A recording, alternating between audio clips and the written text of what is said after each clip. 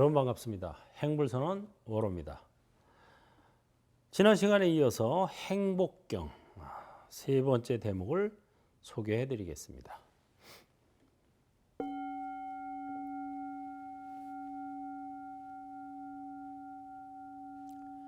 보시하고 청정하게 살고 친지를 보호하고 비난받지 않는 일을 하는 이것이 최상의 행복. 악을 싫어하여 멀리하고 술 마시는 것을 절제하고 가르침에 게으르지 않는 이것이 최상의 행복.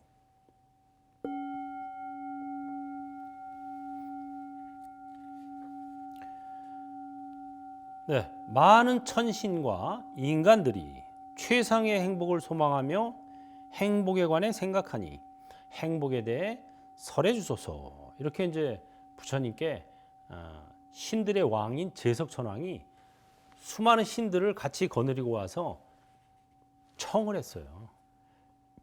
이게 제석천왕의 청입니다. 그러자 부처님께서 개송으로 행복에 관해 설해 주셨는데 그것을 나중에 모아서 행복경이라고 이름을 붙였습니다. 여기에 행복경에 보면 37가지 행복이 있어요. 어리석은 이와 사귀지 않고 현자와 가까이 하고 존경할 만한 이를 존경하고 분수에 맞는 장소에 살고 일찍이 공덕을 쌓고 스스로 바른 서원을 세우며 많이 배우고 기술을 익히며 계율을 잘 익히고 의미 있는 대화를 나누며 부모를 섬기고 처자식을 돌보고 평화로운 직업을 갖는 이것이 최상의 행복. 여기까지 지난 시간에 설명해 드렸죠. 오늘은 이제 보시하고 청정하게 살고 친지를 보호하고 비난받지 않는 일을 하는 이것이 최상의 행복. 보시한다. 그래서 이제 보시라는 것은 베푼다 이런 뜻이죠. 그래서 내가 뭔가 다른 이에게 베푸는 거예요. 뭐 돈이 됐든 음식이 됐든 나누는 거죠. 한마디로 요새는 뭐 나눔 뭐 이렇게도 표현하는데 이게 이제 현대에 자꾸 우리 양극화가 되잖아요. 부자와 빈자가 차이가 벌어지고 중산층이 점점 없어지고 이런 때일수록 이게 굉장히 중요한 대목입니다. 베풀어야 돼요. 부자는 이게 내가 혼자 노력해서 내가 번 돈인데 이렇게 생각하면 안 됩니다. 이 사회적 풍토와 여러 가지 사회 상황이라든가 이런 게 합쳐져서 번 거예요. 혼자 번 게 아니에요, 이게. 같이 번 거다 이렇게 생각을 해야 돼요. 그래야 나누는 것 자체를 아깝게 생각하지 않을 수 있죠.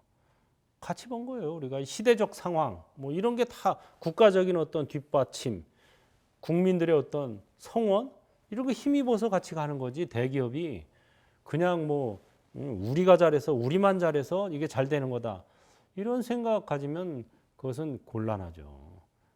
그래서 함께 벌어서 함께 나눠 쓴다 이런 생각 사고방식이 중요합니다.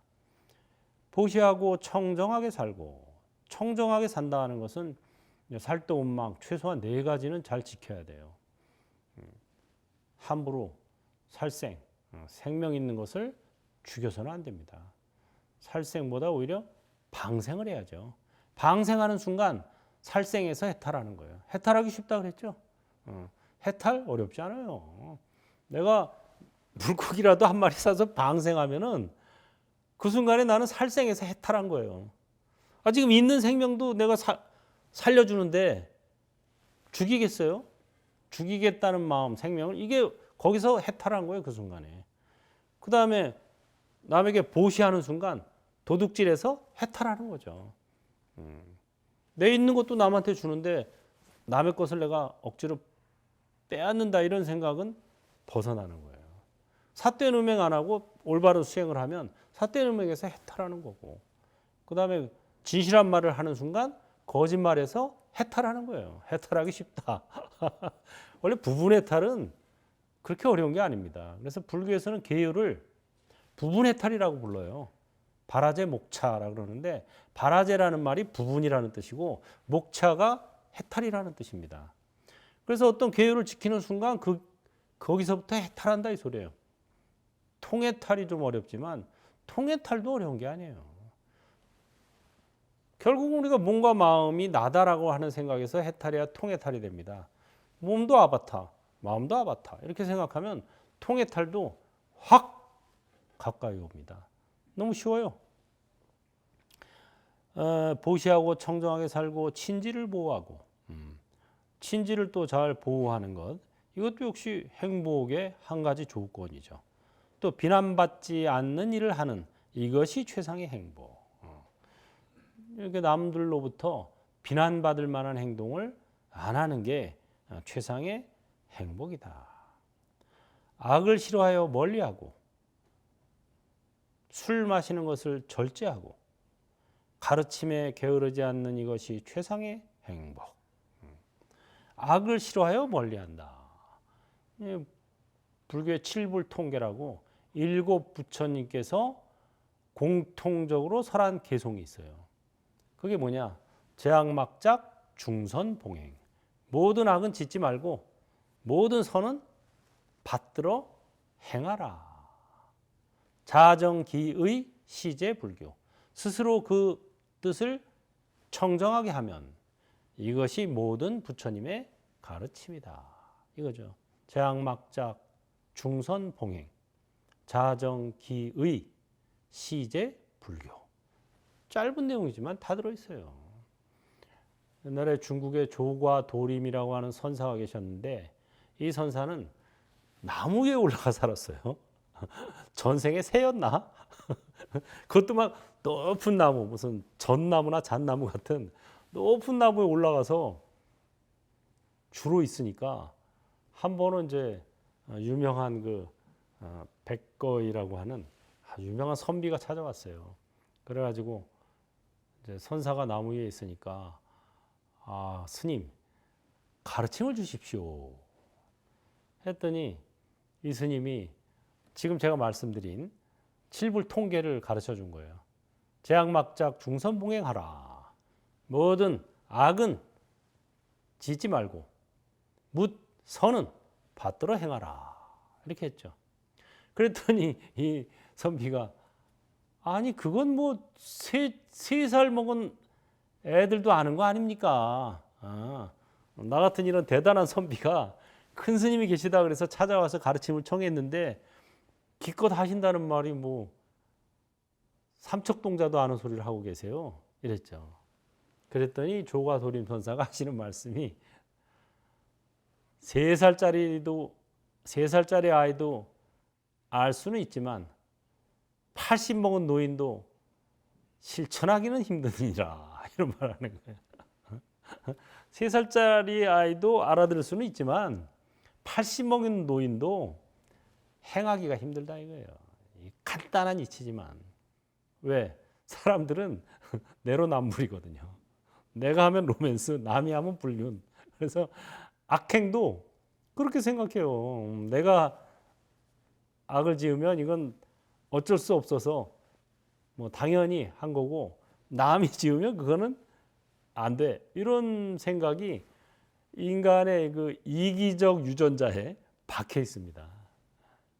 그러니까 80 먹은 노인도 실천하기 어렵다라고 하는 거죠. 꾸준히 노력해야 됩니다. 평생을. 악을 싫어하여 멀리하고 술 마시는 것을 절제하고.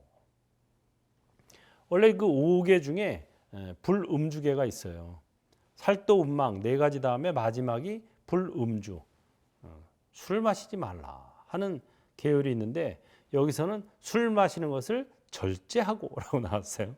절제라는 말이 참 우리가 이제 사회생활을 하고 그러다 보면 술을 뭐 마실 수도 있지만 마시더라도 취하도록 마시지는 마라. 또 좀 취하더라도 절대 실수는 하지 않도록 하라. 이런 말들이 이제 여기 들어가 있죠. 그래서 우리가 술 마시는 것을 절제한다. 왜냐하면은 술을 마시게 되면 사람이 평상시에 없던 용기가 생겨나요. 살생, 평상시에는 살생을 안 하던 사람도 술 마시면 막 쉽게 투도, 도둑질도 평상시에는 정말 남의 것 조그만 거 하나 훔치는 것도 두려워하던 사람이 술을 마시면 용기가 생겨나서 막 훔치고 살도 음망이 다 여기서 나오는 거죠. 그 실제로 이제 부처님 당시에 그런 사례가 있었습니다. 어떤 사람이 평상시에 계율을 잘 지키던 사람이었는데 하루는 뭐 어쨌든 일이 생겨서 대낮에 술을 먹게 됐어요. 왜 뭐 낮술을 먹으면 눈에 뵈는 게 없다 그러잖아요. 그 낮에 술을 먹었는데 술을 계속 마시고 있는데 보니까 옆집에 사는 닭이 자기 집으로 넘어온 거예요. 술 마시는데 그 주위에 와서 먹이를 찾고 있어요. 평상시 같으면 뭐 심상하게 지켜봤을 텐데 술을 마시다 안주가 떨어졌어요. 그러니까 옆집 닭이 안주로 보인 거예요. 그래서 잡아먹었어요. 안주로. 먹고 있으니까 또 옆집에 그 사는 여인이 닭을 찾으러 온 거예요. 아니 우리 집 닭이 이쪽으로 넘어온 것 같은데 혹시 못 보셨냐 그랬더니 이제 봤다 그러면 이제 안 되니까 못 봤다고 거짓말했죠. 그럼 벌써 살생했죠. 닭 죽였죠. 도둑질했죠. 남의 닭 지금 먹은 거죠. 그다음에 거짓말했죠. 못 봤다고. 그리고 여인을 막 취해가지고 여인을 보니까 음욕심이 막 일어났어요. 그래서 평상시 같으면 전혀 안 했을 행동들을 살도 음망을 한 번에 일으키게 된 계기가 뭐냐? 술이죠. 그래서 술을 먹지 말라. 또는 먹더라도 절제하라. 이거죠. 가르침에 게으르지 않는 이것이 최상의 행복. 가르침에 게으르지 않는다. 인생은 체험학습장입니다. 우리가 이 세상에 온 인생의 목적은 행복이 아니에요. 해탈입니다. 해탈 체험 학습장으로 온 거예요. 해탈 체험할 때는 이 몸뚱이가 굉장히 좋은 학습 자료예요. 몸뚱이가 없으면 속박이 적기 때문에 해탈에 대한 염원이 없어져요. 실제로 신들의 세계에서는 몸뚱이가 없고 정신만 있어요. 그러다 보니까 별로 부딪힐 일이 없어요. 그 다음에 별로 아쉬운 게 별로 없어져요. 그러니까 공부도 안 하게 돼요. 우리가 생각하기엔 천상세계 가면 공부가 더 잘 될 것 같죠? 아닙니다. 체험학습, 실습 교재에 이 몸뚱이가 없기 때문에 공부가 더 오래 걸려요. 그러니까 우리가 이 몸뚱이 받아서 인간으로 있을 때 지금이 공부하기에는 최적화된 상황이다. 이렇게 생각하셔야 돼요. 마음 공부하는 데는 최적화된 게 바로 인간입니다. 그래서 어떤 그 육체적 고통이 밀려오면 야, 내가 공덕을 지어야 할 찬스구나 하고 보시복덕, 방생 이런 걸 하시면 육체적 고통, 경제적 고통이 점점 완화됩니다. 그 다음에 번뇌가 막 밀려오면 우울증, 근심, 걱정, 막 스트레스 이런 게 막 밀려오면 내가 대면 관찰을 할 찬스구나. 그래서 아바타가 우울해하는구나. 아바타가 스트레스 받는구나. 아바타가 근심 걱정하는구나. 이런 식으로 공부를 해야 돼요. 그래서 자기를 점점점 업그레이드 시키는 게 해탈 쪽으로 자꾸 가는 게 인생의 목적이고 성과입니다. 그래서 존경하고 겸손하고 만족하고 여기 가르침에 게으르지 않는 이것이 최상의 행복까지가 이제 오늘의 개성이죠. 그래서 우리가 이 세상에 태어난 것은 공부하러 왔다. 무슨 공부냐? 해탈 공부하러 왔다. 그래서 그럼 해탈 공부는 어떻게 하느냐? 몸과 마음을 아바타라고 관찰해야 분리가 돼요. 나라는 내 몸, 내 마음이라는 생각에서 분리가 됩니다. 그래야 공부가 이제 시작이 돼요. 그 전까지는 아무리 열심히 공부해도 내가 공부한다, 내가 욕심낸다, 내가 화가 난다, 내가 스트레스 받는다 이러면은 공부 안 됩니다.